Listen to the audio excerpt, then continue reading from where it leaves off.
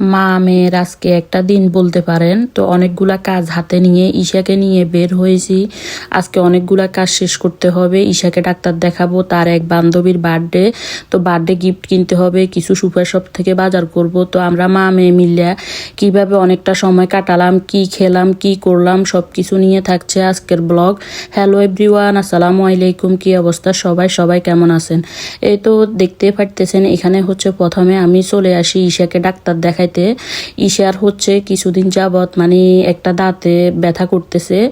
বাচ্চারা যখন ছোটবেলায় একদম মিষ্টি আইটেমগুলো পছন্দ করে বা প্রচুর পরিমাণ চকলেট খায়, তো যার জন্য হচ্ছে ছোটবেলা মানে বেশ আর কম অধিকাংশ বাচ্চারে হচ্ছে মানে দেখা যায় যে দাঁতে ব্যথা বা দাঁতে পোকে খাওয়া এগুলা থাকে। তো ঈশারও হচ্ছে সেম, মানে ও হচ্ছে মানে এই দাঁতটা হচ্ছে এখনো পড়ে নাই।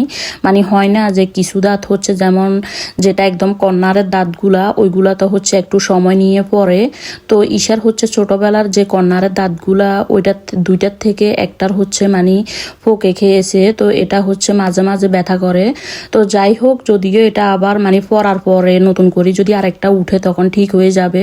তো এদিকে হচ্ছে আমরা মানে পার্সোনালভাবে ডাক্তার দেখাইতেছি, কারণ ইতালিতে হচ্ছে দাঁতের ডাক্তার হচ্ছে প্রাইভেটভাবে দেখাইতে হয়। তো যাই হোক, এই যে এদিকে হচ্ছে মানে এখন ঈশাকে ডাক্তারে মানে দেখতেছে, পাশাপাশি হচ্ছে এটা রুট ক্লিন করবে। তো যাই হোক, তারা হচ্ছে 4টা সার্ভিস দিবে। তো 4 সার্ভিসের ভিতরে এখন হচ্ছে দ্বিতীয় সার্ভিস চলতেছে। তো আরও হচ্ছে 2টা ভিজিট করবে তারা। আর এই ডাক্তারটা হচ্ছে আমাদের পরিচিত। তো ইতালিতে দাঁতের ডাক্তার কিন্তু মানে দাঁতের চিকিৎসা কিন্তু অনেক এক্সপেন্সিভ।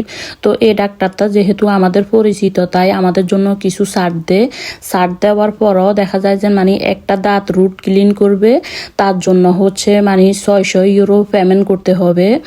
আর পরিচিত না হলে তো আরও বেশি, দেখা যায় যে শুধু রুট ক্লিনের জন্যই হচ্ছে মানে 7 থেকে 800 ইউরো দিতে হয়।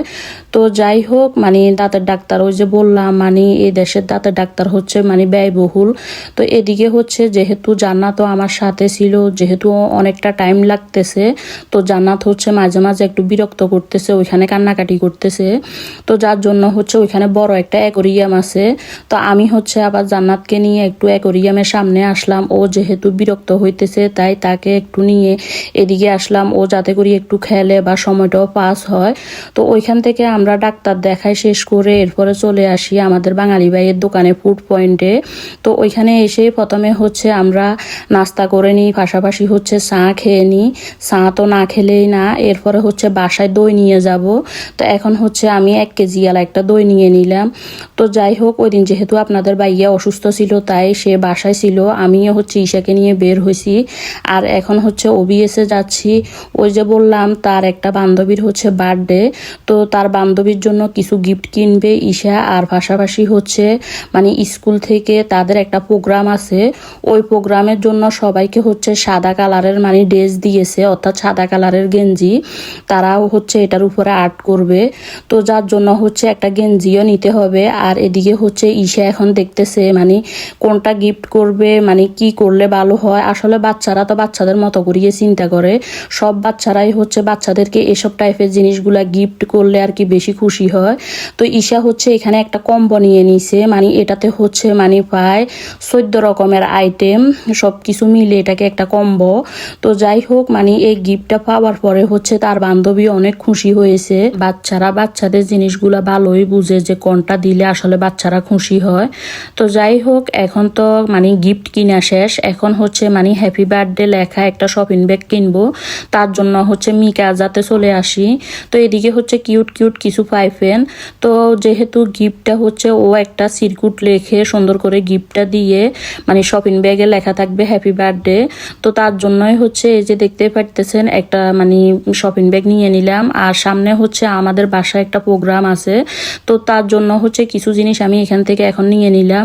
এরপরে সুপার শপে চলে আসি। তো সুপার শপে এসে কিছু বাজার নিয়ে নিই। এখন হচ্ছে কাউন্টারে চলে এসে পেমেন্ট করি। এরপরে হচ্ছে আলিমিন্টারিতে আসি।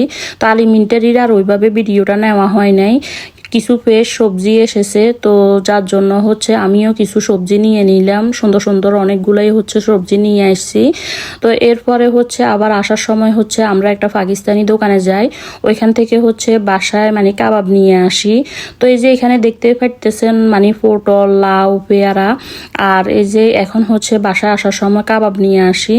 তো আমার ভিডিওগুলো আপনাদের কাছে কিরকম লাগে, যদি ভিডিওগুলো যদি ভালো লাগে সবাই লাইক কমেন্ট শেয়ার দিয়ে সাথে থাকবেন। ধন্যবাদ।